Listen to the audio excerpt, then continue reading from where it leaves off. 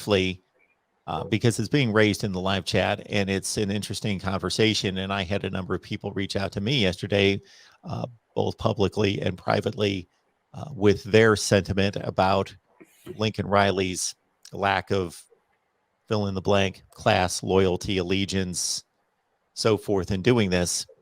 And you can look at it basically two ways. Number one, yes, he should have been more forthright about the LSU comment. He should fulfill his commitment. Oklahoma's done a lot for him. He has some debt of gratitude there, debt of service to Oklahoma. Okay. On the other side, business is business. If somebody's going to offer you more money at a job, most likely you're going to leave your current employer and only be as loyal as your last paycheck and move on to another opportunity. And you're going to do that as best you can and give them 2 weeks or whatever time to make a transition. But this is a different situation in a different business. So, what are your thoughts about that? Because, I remind people that it's impossible to leave a coaching job. There is no good time to leave a coaching job in terms of, yes, he recruited and signed those players.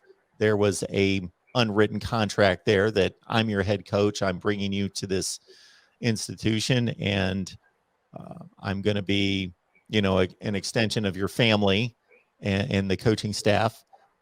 But at the same time, a coach would never leave a job if that were a lifetime contract. So it's an impossible move to make and to make it clean. Yeah, you're right. And I think, Mark, Bob Stoops is probably the only one. He's not the only one that's done this, but just from a timing perspective, him deciding to step down in the June-July timeframe, was about as good as it can be. So to your point, Mark, when a majority of these coaching changes happen, this is the timing. So I think this is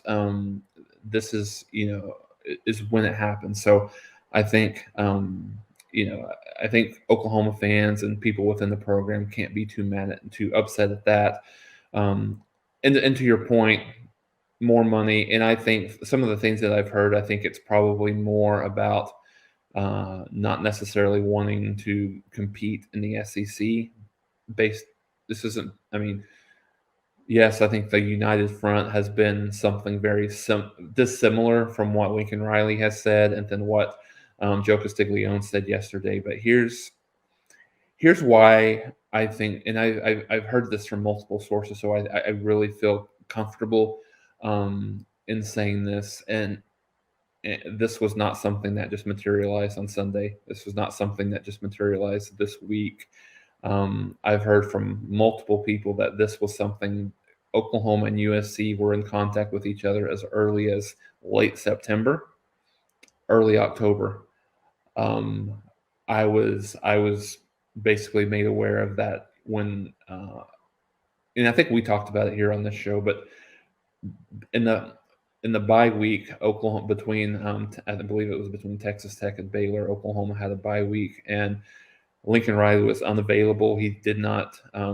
He was unavailable for his Tuesday morning typical weekly press conference that he has, and then Wednesday coaching show that he has. And his comment at that point was that he was, he was not available, but he said the story is much more boring than people would like it to believe. I don't really think that's the case based on what I've heard. I think that he has, he was continuing that conversation with USC, and this is multiple sources that I trust. So I think those things, this has been kind of a constant, really ebb and flow type of situation. So I feel for the players, honestly, more so than anyone. I think, over the last month, I've kind of heard that the assistant coaches thought something was going on inside, over really the last month, Mark. I think Lincoln was the vibe that I heard, he was just acting weird.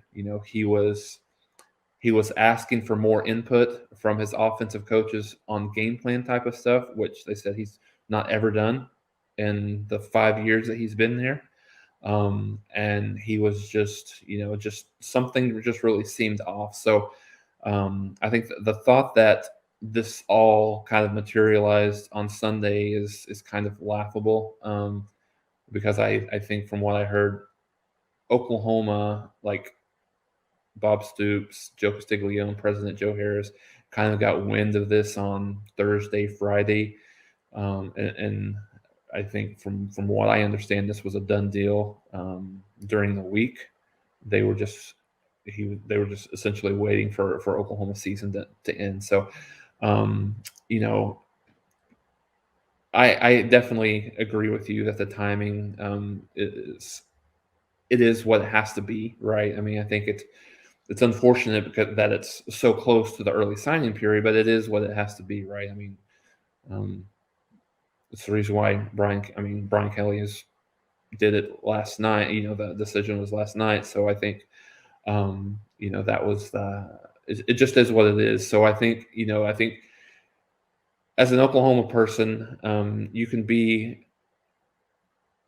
don't be upset necessarily with the timing, maybe be upset with the deceit and what Riley had did throughout the season in terms of having one foot out the door and having one foot coaching, which can be a distraction, obviously for him, can be a distraction for the assistant coaches, and maybe not necessarily the players, because I think the coaches probably kept that to themselves or talked amongst themselves. But I think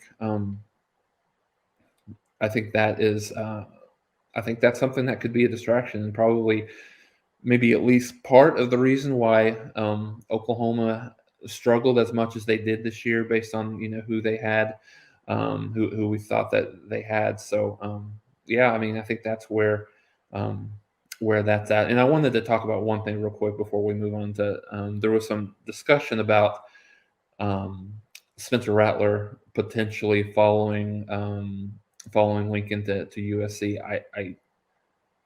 I'd give that about a 1% chance of being accurate based on some of the things that I had heard. I even heard that Lincoln reached out to Spencer yesterday, and Spencer basically just wished him good luck. So I don't think that he'll probably be using going to USC. I mean, I do think it will be could possibly be a Pac-12 team, based on where he was from. But yeah, I don't think that he will be following Lincoln to USC right now. So what about Caleb Williams? So I think from what I understand about Caleb is that was the first conversation that Bob and Joe and the administration had with them. I think there was a conversation that was had Sunday, and I think there was another conversation that happened yesterday. For everything that I'm hearing, I think he is in a wait and see mode. He's not he's not announcing he's going through the portal. So I fully expect him to be the quarterback for the bowl game. Now I think he's looking to see who Oklahoma brings in. Initially, when we talked Sunday, Mark, I kind of gave it a 50-50 shot, leaned more towards him probably leaving. I probably lean more the other way now, based on some things that I'm hearing. As long as the